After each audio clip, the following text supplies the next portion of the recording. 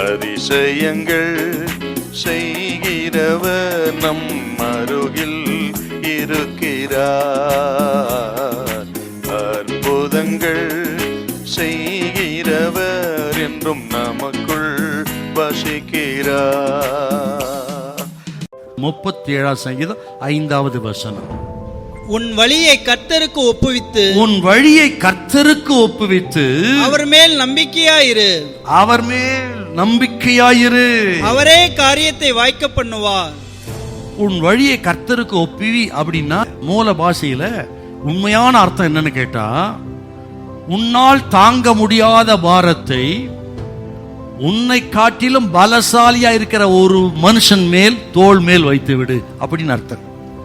இன்னைக்கு கர்த்தர் சொல்றார் உங்களை பார்த்து, மனுஷர்கள் உங்கள் முதுகின் மேல் ஏறி போயிருக்கலாம், அதிகமாய் பாதிக்கப்பட்டு பலத்துக்கு மிஞ்சின பாரம்னு நீங்க வந்திருக்கலாம்.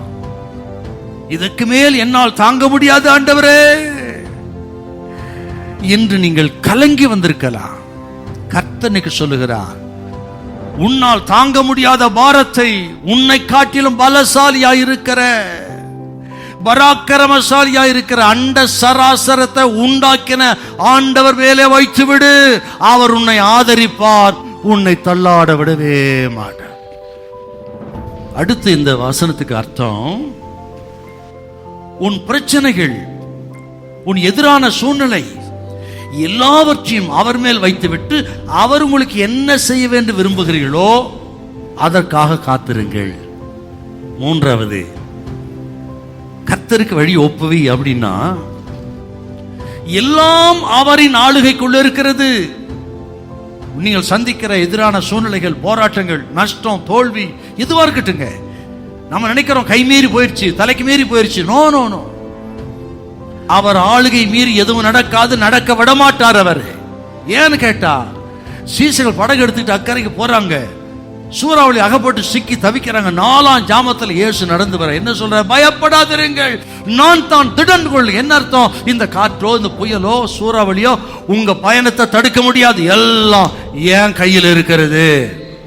என்ன நடந்தது, ஆண்டவர் அதே அந்த காற்றை சூறாவளியை காலும் கீழே போட்டு மிதித்து நடந்து வந்து படகில் ஏறின பொழுது அந்த படகுல மிகுந்த அமைதல் உண்டாயிற்று.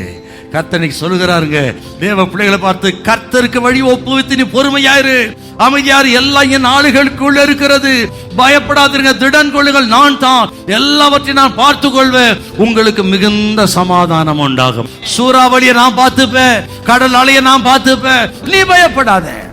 உன் படகுல அமைதி உண்டாகும், உன் குடும்பத்தில் அமைதி உண்டாகும், உன் பிசினஸ்ல அமைதி உண்டாகும். உன் படகுல அமைதியை கொடுக்க கர்த்தர் வல்லவர், எல்லாம் அவரது ஆளுகைக்குள்ளே இருக்கிறது. ஹல்லேலூயா, ஹல்லேலூயா.